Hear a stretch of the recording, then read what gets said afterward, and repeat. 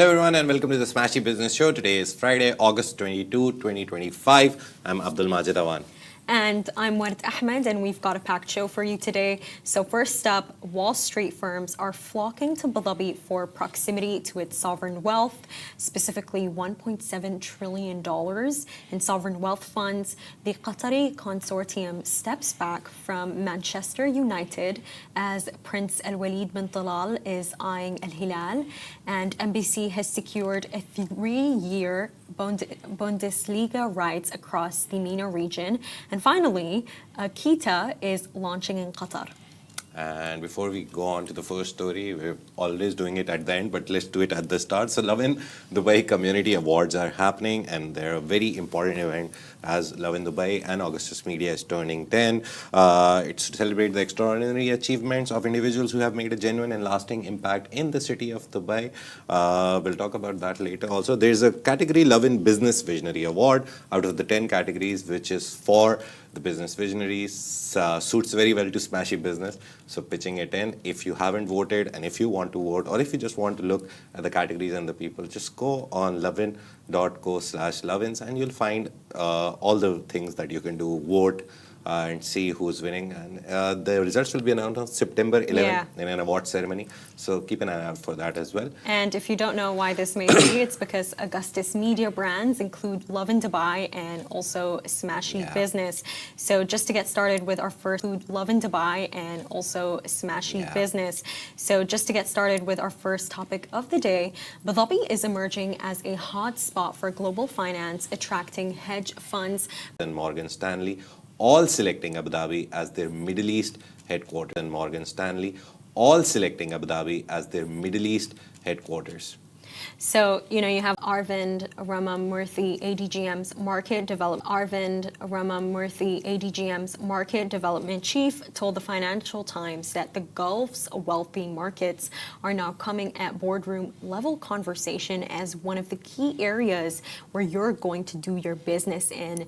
Now, Abu Dhabi's mix of capital, luxury, and connectivity is redefining the region's financial landscape, like truly forever. I remember I met a fan of Smashi Business, and they live in Abu Dhabi. And while I was speaking to them, they told me how they were literally walking beside a beach. I believe they were in Saadiyat, and they just found Ray Dalio. Having a morning run there. Yeah. He's just running there. Yeah. Ray Dalio is one of the people who you've seen a lot with His Highness Sheikh Qanun as well.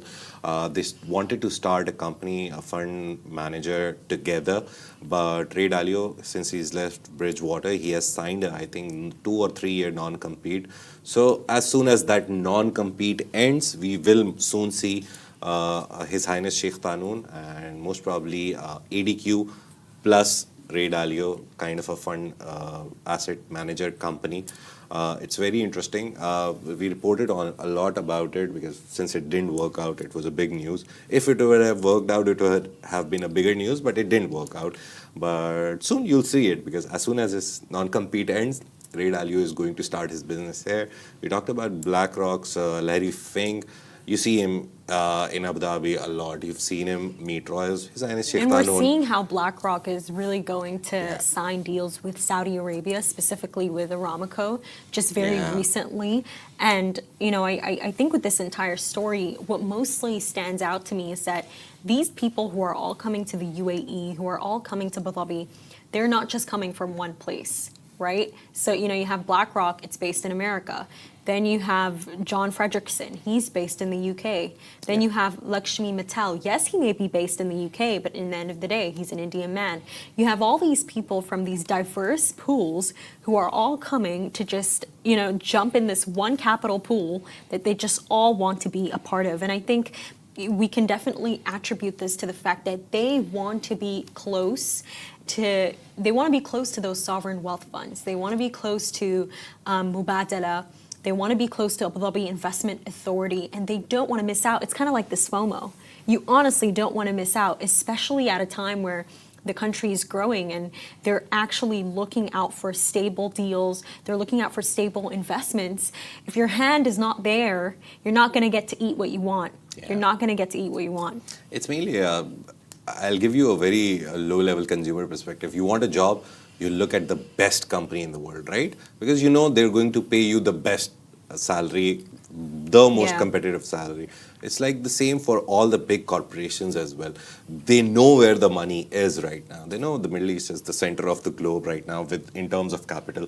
The funny moniker, the very interesting, one of the best monikers I've seen is Capital of Capital for Abu Dhabi, and it truly, truly holds true.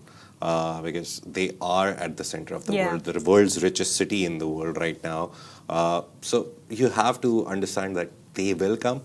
It's not just them. There's like 100 more who will come. Every day we see some consultancy, some real estate company. Better Homes is doing a report about how many millionaires are coming to Dubai or Abu Dhabi or UAE. Imagine. So even like people who are not directly involved are on the sides, even they're turning their content around somehow to talk about the talent pool and the money pool that is available here. Everyone wants to, it's like AI right now. Everyone wants to be connected with AI. Oh, our startup has AI, this, that. Likewise, anyone who's related to money, asset management, fund management, anything, they want to be related. They want to be known to have an office on DIFC in Dubai or ADGM in Abu Dhabi or even in Saudi Arabia. They want to be there. Otherwise, they're missing out on a very big pie, which has been taken away from Europe. Obviously, everyone is moving away from there. I saw yesterday, one of the people who used to work here, and sometimes she did the show with me, Annika, she shared a very funny report with me. She's moving to UK to study. So it is like UK is now the second, the most miserable country in the world and the second saddest country in the world. So I looked at it and I realized that, yeah, obviously when wealth will move out of UK, which already has started and is an ongoing process, there will be less capital in the country, so less jobs, lesser pays. Obviously, the inflation will rise. Obviously, people will not be happy. And the capital which is flying from there is coming to where? Dubai, Abu Dhabi, UAE, Saudi, Qatar. So obviously the money comes in, more jobs, higher paying jobs, better products. Yeah, and the reason why this is happening, if you're just wondering, it's because of the fact that they got rid of the non-dom tax. So essentially, what the non-dom tax was that in the UK, if you were a billionaire, you would not be taxed on your international investments. But once Keir Starmer came in, they removed that tax officially this year. If you are stationed in the UK, if you live there, you're local and you're a rich man, a rich woman, that means that your investments abroad are also going to be taxed, which is just completely, blasphemous. I truly think this is absolute blasphemy. So of course these businessmen are just going to pack up their bags and they're going to get going. But I think with this story, the entire standout here, it's the fact that you have all these white men who are just all coming to ADGM. They're all coming to the Middle East, they're coming to the Gulf, and it's a change that we really welcome. Yes. And just to move on to our second topic of the day, so speculation over a full sale of Manchester United has intensified, but His Highness Sheikh Jassim bin Hamad Al Thani's Qatari Consortium has no plans whatsoever to revive its takeover bid. So despite a drag-along clause in Sir Jim Ratcliffe's minority stake deal allowing the Glazers to force a sale, Sheikh Jassim is understood to have no appetite to return. And I just asked a question on our live on Instagram, UK or UAE, where would you set up your business? One person replied UAE. So we have one vote. But yeah, moving on with the story, I've also asked a question, would Manchester United under Qatari ownership be better? So if you want actually this to happen, you can reply on the comments. But yeah, the clause which was activated on August 13, 2025, 18 months after Ratcliffe invested £1.03 billion for a 27.7% stake, technically leaves him vulnerable to a full sale push. While it opens the door for a potential buyer to take control, Qatar's withdrawal removes one of the most serious suitors from the equation. So this development reduces external pressure on the Glazer family and strengthens Ratcliffe's position. So despite Manchester United's ongoing challenges on and off the pitch, The Qatari Consortium stepping back signals that a full takeover is less imminent than speculation suggested. Meanwhile, in Saudi, football billionaire Prince Al-Waleed bin Talal is reportedly closest to acquiring one of the top 4 clubs in the history of Saudi football, Al-Hilal. He is competing with Prince Abdullah bin Musat. We did a story about him, right? We did. Yeah, he's making a fund to own teams. He was a former owner of Sheffield United. Prince Al-Waleed, meanwhile, is seen as a long-term supporter and key figure in the club's growth. There's so many pictures of him having that scarf in his neck. Yeah. And he's always at the matches whenever he can, after he's done with all the business things. But this was announced by a journalist, Ahmed Al-Ajlan, on his X account, that Mr. Al-Waleed is the closest. So, Al-Sheikh Sultan, former Al-Hilal chief commercial officer, praised Prince Al-Waleed for his boundless support, sincere stances, and continuous encouragement. Now, having contributed over an alleged 1.5 billion riyals, $400 million previously, Prince Al-Waleed's potential acquisition underscores his ongoing role as a major pillar in Al-Hilal's journey toward sustained success. Now, coming back to this topic about Al-Hilal, once again, the reason why I really think that this report may be accurate and that it is set up to occur in the future is because of the fact that, I don't know if people are noticing this, but Al-Hilal, their corporate team, their staff, they're leaving. Why are they leaving? Like 1 week ago, I wrote this story about how the president of Al-Hilal has stepped down after like a good 5 years. And he too went on his X account thanking Al-Waleed bin Talal. And now we're seeing that the chief commercial officer, who also used to be the CEO of Al-Hilal, has come and said, thank you, Al-Waleed. And he's also resigning and he's leaving and he's putting this chapter behind him. Now, one thing I do know is, while I may not know whether Al-Waleed will acquire it, one thing I do know is the fact that when new leadership does come in place, old leadership resigns and leaves. This is a trend that we've seen in companies for the longest time ever. So I think that this is really a possibility here, because why are they all leaving? It's like everything is changing, the entire business restructuring of it. It's the base. I think the idea behind it is the privatization of the clubs. Saudi Arabia, PIF, they own 4 clubs. As soon as Saudi Arabia, Saudi Pro League, that is the Russian Pro League, it became big. Saudi PIF acquired 4 clubs. They're like, we'll invest in them, we'll make them bigger, we'll make the facilities better, we'll we'll buy bigger players. Ronaldo came in, Benzema, Neymar, name them. There's so many who are still coming in. Yeah. That was the time where PIF was like, okay, we'll make an initial investment, but then in 2023, they also realized that we need to privatize the clubs. We need to have private owners. Because, to protect it, you think? To not protect it, to make it more lucrative. Because right now, it's all local owners. Local owners have enough money. It's never they don't have unlimited tranches of money that they can just spend on buying ice baths, where Ronaldo can take an ice bath. There was a very funny video on Smashi Sports where he was taking an ice bath recovery and fans were shouting, he was like, let me recover. But all these things cost money. Local owners of the clubs which are in the lower tier, which are smaller clubs, which are very localized regional clubs, not like Al-Ittihad, Al-Hilal, Al-Nasr, Ronaldo's Al-Nasr, not like them. Those people don't have the money. Private investors, they come in, they buy the share in the company, they bring the money in, they bring better facilities. The talent that the lower clubs have will become better coaches, better everything. So money brings in everything. So that is why they're going for a privatization. One of the clubs has already been sold. We did a story yesterday. I don't remember exactly, the name of the company which bought them, but it was a US-based company. US-based Harbor Group. They bought one of the clubs, Al-Waleed. So we have one private owner now, outside, foreign owner.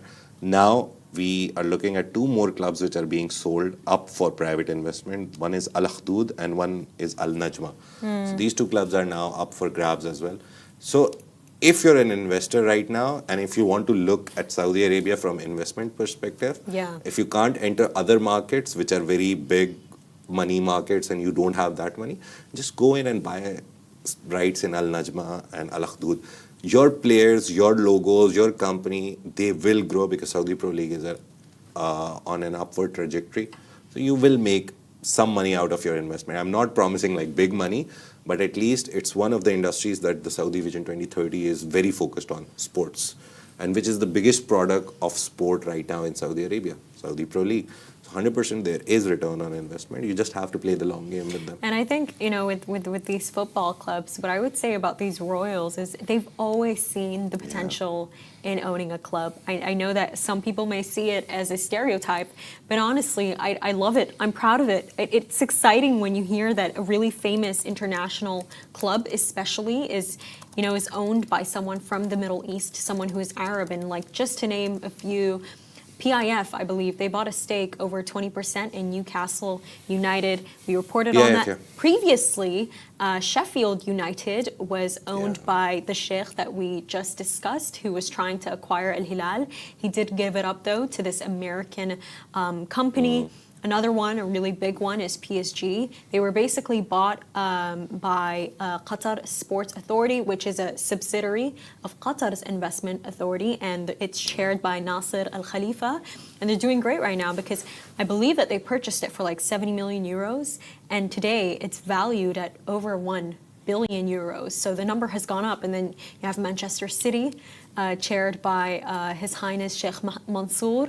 So, seeing how their investments over the years have definitely paid off, and they will continue to pay off. I'm just excited to specifically see what happens with Saudi Arabia's football future. But just speaking of more companies in Saudi, MBC Group has secured exclusive broadcasting rights for Germany's Bundesliga across the Middle East and North Africa in a 3-year deal. Now, the agreement marks the first time the German top flight league will air on MBC's linear and digital channels, expanding the broadcaster's growing sports portfolio in the region. Under the deal, 3-year Bundesliga matches will be broadcasted weekly on MBC Action, while all fixtures will be available on Shahid, MBC's subscription-based streaming platform. The move positions MBC to compete with regional sports broadcasters by offering one of Europe's most watched football leagues to MENA audiences. And the Bundesliga now joins other major competitions already airing on MBC platforms, including the Coppa Italia and the Spanish Super Cup. So this strengthens MBC's sports offerings, giving viewers access to multiple high-profile European tournaments across both linear TV and digital streaming services. An MBC Group 60% owned by the Saudi government and 40% by founder Waleed bin Ibrahim Al Ibrahim has recently expanded its digital footprint. The broadcaster partnered with Netflix to launch a bundled streaming service via MBC Now, reflecting its strategy to combine premium content with modern streaming solutions. And so this deal reinforces MBC's ambition to become a leading sports destination in the MENA region by combining live broadcasts with digital streaming. The group aims to attract both traditional TV audiences and younger, digitally savvy football fans, seeking more flexible on-demand access to Europe's top league. Yeah, very important to have Bundesliga in the region. I think there is some platforms which already do that, but MBC coming up with it, they have a big audience. Good for actually German Bundesliga that they now have access to a bigger eyeball pool where people can watch the Bundesliga. It's not one of the most flashy tournaments. I think one of the people commented on the post that who watches it? A lot of people do actually. The German players, some of the German players are like cult favorites. People love them. I think the most viewership would be for Premier League. Because again, it's considered one of the most competitive leagues in the world. But everyone has a different playing style. So MBC, we'll see. Obviously, they have done it. We'll see the streaming results soon. Whenever a season ends or there's like a half-season break, they will publish their numbers. They will tell us how many people viewed Bundesliga on it. So we'll keep an eye out for that for you. But I think with this entire topic, Majid, just beyond sports, if we take a look at it, it's like people are now watching football on podcast streaming platforms, filming streaming platforms. This is something that has never happened before in history, where you log in and you can just immediately watch football. do you see what I'm saying? It's like we're also seeing this with Tamenya. We Sudanese people don't say Tamenya, we say Tamenya. But Tamenya, the brand that is a part of SRMG, it's Saudi owned. Now, you know, they're basically really famous for revolutionizing the podcast world in Saudi Arabia and in the entire Middle East. And now they are streaming the main football matches for Saudi. You know, they're taking over. So I feel like MBC pushing in, making this move, you know, partnering with the Germans, it's almost like they're catching up to this too. They don't want to be left behind. They're not going to be left behind. And I think that their partnership between Shahid and Netflix is a testament of that. You know, the fact that they have like 4 million subscribers, much more than Netflix. I mean, Netflix was like, okay, we got to team up with these people. But I think just like on a general stance, like on the media world in the Middle East, how well they are doing should really be talked about. Like, you know, the big groups that actually own everything. So number one, you have SRMG. SRMG owns Asharq News, Arab News, Asharq News in collaboration with Bloomberg News. And they also own Tamenya, which I just mentioned. And then you also have, you know, the MBC. The MBC, obviously, Shahid is a subsidiary, a part of it. And, you know, these are the two famous groups in Saudi. Now, if you come to the UAE, a really famous one is ITP. ITP is owned by IMI, which is chaired by His Highness Sheikh Mansour, I believe. So it's based in Abu Dhabi, but ITP includes brands like Arabian Business, Time Out, Harper's Bazaar, and I can also Ahlan, and you have MediaQuest. Now I'm not sure where MediaQuest is based, but MediaQuest, I believe, they control the brands Mary Claire and Hayya Magazine. So I think when you think about all these groups and how far they've revolutionized media in the Middle East, it's honestly great, and I think that the MBC is leading. Yeah. The MBC has something that, you know, it has government support. It has a lot of government support. And I think that, you know how you always mention like first market entry, Majid? I think that's what the MBC did. It even like when I hear the name, it has this like touch of nostalgia to it because this is something we all grew up with. So the fact that they're catching up with the market, it is something that really does reassure me and excites me for the future. But I've seen a shift, like, because MBC Action for me, the first memory is watching action movies, actually. There was like action movies, reality TV shows. MBC Action was all about that. But now they're moving towards sports. Just on a global standpoint also, in the morning, I saw that ESPN has also launched their streaming-only standalone app. So ESPN has an app already. There's ESPN News, there's ESPN Sport. ESPN is a whole network which does everything. But now they have a standalone streaming app also. And they're starting with NFL and WWE. So let's see. Everyone, I think, right now knows that this is the place to be. Not on TVs, not on laptops, not on anywhere. It should be in your hand, accessible anywhere in the world. Yeah. So it's been years since I've used the TV. Yeah. I don't ever use the TV anymore. Sometimes when I want to watch a movie which has like good action scenes, I'll turn on the TV. Otherwise, usually my wife is watching it or my son is watching it. So they watch it for their own seasons and everything. I think TV has become more of a choice when you want to watch a movie. It's family time thing, but if you're alone, I don't think anyone turns on the TV. They're like on their phone scrolling or something, right? So yeah, the world is changing. We're looking at it and keeping an eye. But the last thing for today is a very interesting story because we've talked about this startup a lot of times. We've discussed it in detail also. But now they have moved to another Middle Eastern country. So Keeta, the international arm of China's delivery giant Meituan, has officially launched in Qatar, offering a smarter and more affordable way to order meals. All new users receive 200 Qatari Riyals in vouchers, while all customers benefit from free delivery with no subscription fees, marking Keeta's debut in the Qatari market. So this launch reflects Keeta's mission to bring leading food delivery services to global markets, so users in Qatar can expect fast, reliable delivery, a diverse selection of restaurants, and competitive offers. Now, the platform has, really focused on combining Qatar's rich food culture with international favorites, providing really seamless and convenient ordering experience. And Jane Liu, General Manager of Keeta, Qatar, said the market is important for its vibrant food scene and focus on digital innovation.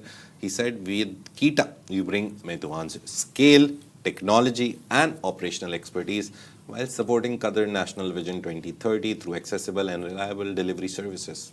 So Keeta partners with local favorites and international brands, including Qarak Makanis, Jollibee, and Flat White Coffee, ensuring a wide range of options for customers. So following its successful launches in Hong Kong and Saudi Arabia, the platform leverages Meituan's technology, which handles over 150 million peak daily orders globally. And so service, obviously, Keeta's service aims to support local businesses by expanding their reach and growing sales while offering customers new and trusted food options. Jane Liu emphasized that Keeta's goal is to make life simpler and more enjoyable for users, combining affordability with convenience and a strong network of restaurant partners. Yeah. And the funny thing is that they are going to give competition to another one of the startups from Qatar, homegrown startups, Nonu, because Nonu also promises quick delivery. They also offer a lot of services. There's laundry, there's everything. But I think Keeta will start with food. We have Talabat in Qatar. It's a very big presence there. We have Rafiq. Rafiq is also one of the startups which originated out of the Middle East. They're not Qatari based. They originated out of Middle East. So it's good to have competition. I always am happy. It is good to have competition, but I don't think Snunu has much to worry about really because, you know, Al-Hajri, you know, Jahez like acquired 70% of Snunu. So Jahez, based in Saudi Arabia, its leading delivery platform, I would say, has to worry about that. And Majid, I know you always talk about how like aggressive Keeta's marketing is. They just they drop all the prices, they make you look bad if you're, you know, you're beside them. They make you addicted. Definitely. But I think no one in how far they've gone to be aggressive in their expansionist strategy, no one is like Delivery Hero. No one is like them. You know, there's something else. They've acquired Food Panda, they've acquired Talabat, InstaShop, Hunger Station, which is also a leading delivery platform in Saudi Arabia. But I think with them, no one can compare to how aggressive they are about their strategy. And I don't talk about their prices. I feel like Keeta, they're very aggressive in their expansion strategy in the sense of they do it through lowering costs. But Delivery Hero just does it through completely taking over the market. And they swallow the competition. They swallow the competition, but there's one person who was never swallowed, was he? Ibrahim Al-Jassimi. He was not swallowed. Like he came out of that alive, I would say. So Ibrahim Al-Jassimi, he is the Saudi founder of Hunger Station. So Hunger Station, it started a while ago, I believe, in like, I think in between 2010 and 2015. So Hunger Station, they really did a good job. And then out of nowhere, you have Food Panda, who was obviously acquired by Delivery Hero. Food Panda comes in and they acquire a majority stake in Hunger Station, right? And Food Panda, they're controlled by Delivery Hero. So what happens is these two work together for a while. Delivery Hero through Food Panda with Hunger Station. And then at some point, something really big happens, and you know this is not discussed often, but allegedly Ibrahim Al-Jassimi and other Saudi executives within the company of Hunger Station, they get terminated. They all get terminated. There's this lawsuit that just rises out of nowhere, and essentially what was alleged is that Ibrahim Al-Jassimi and his other colleagues were misusing company resources. So, you know, Delivery Hero really didn't like this. At some point in 2022 or 2023, they decided, you know what, we're just going to completely acquire the entire company. They acquired the rest of the minority stake for over $250 million. So that was the end of Ibrahim Al-Jassimi having any shares in this company. Delivery Hero just completely took over. And to this day, Hunger Station is famous. Now, I think with me, like, he really stands out to me as a founder because he could have sat there and said, man, like, I give up. This is horrible. I'm not coming back. But no, he had to come back like no other. He started Ninja. And today, Ninja is a unicorn already. And Ninja was like launched like literally like 3 years ago or something. Not that old, It's a quick e-commerce platform, and just very recently they had this really great announcement of raising over $250 million, and their unicorn status really went trending all over Saudi. They even had, I think, the Saudi entrepreneurship minister visit their office. It was like a big thing. So it's like, yes, Delivery Hero swallows things, but I think that, you know, Jasimi really swam out of it, and he just decided to show them, like, you know what, I'll make another one. Yeah. Don't you worry, I'll make another one. I'll compete with the company I made. And I think that that is such a boss move. Like, no one can compare to him, honestly. The main thing is they know the market better than whoever comes into the market. So they always will have an advantage. And that is why I always say that even if you're the best international player, if you come in and if you don't hire local experts or work with the local people who actually know how the market works, you'll never survive in the market. And the good thing with Meituan is they don't have to do that. They just lower the prices so much that you're like, bro, it becomes a no-brainer for you to select Keeta. That's the main thing. Keeta, I will support them when I use them. Yeah, I need to know how the service is like. They don't have a delivery service, but they have a drone service. It's only in one of the areas, Silicon Oasis. But we also did a story about it that they're trying to expand. Soon they will. By 2026 mid, they want to expand that drone delivery service to 4 areas in Dubai. So I think JVC was on the list, Marina was on the list. I don't remember the 4th one, but Silicon Oasis, JVC, Marina, these are 3 big places. Has a lot of people. Drone delivery is mostly for medicine and like very urgent requests. So, but they deliver food as well, because His Highness Sheikh Hamdan, when he went to the Silicon Oasis one, he was delivered a coffee by the drone. So you can get coffee delivered as well. But soon enough, the market is going to change. And Keeta in Dubai, see, depends on the infrastructure. Dubai has the infrastructure to support drone delivery. Not every country or city has it. Dubai has very proper systems, airspace this, airspace that. So they can do it here, most probably soon. I think in 2 years, you'll see everything being delivered by drones. Yeah, and that's a wrap for today, everyone. Thank you so much for tuning into the Smashi Business Show. Make sure to follow us across all social media channels at Smashi Business, and stay ahead with our daily newsletter. You'll find the subscription link in the description. This has been a Smashi Business Show, a Smashi Business production, part of the Augustus Media Podcast Network. A big shout out to our 2.5 million monthly listeners across all platforms. Once again, we did it in the start. We'll tell you in the end also. The Love in Dubai Community Awards are happening. We're celebrating 10 years of Love in Dubai, and Augustus Media, the parent company, Smashi Business Smashi itself is also a product of Augustus Media. Please go and vote for all the people that are there in our Love in Dubai Community Awards. They're very special people. Maybe you'll be surprised by the people there. You'll find out someone very interesting to follow on social media. Yes, and the Business Visionary Award, mainly, specifically, which relates to Smashi Business, is also there. Go vote for your favorite business visionary. And as always, have a lovely weekend, everyone. Bye-bye.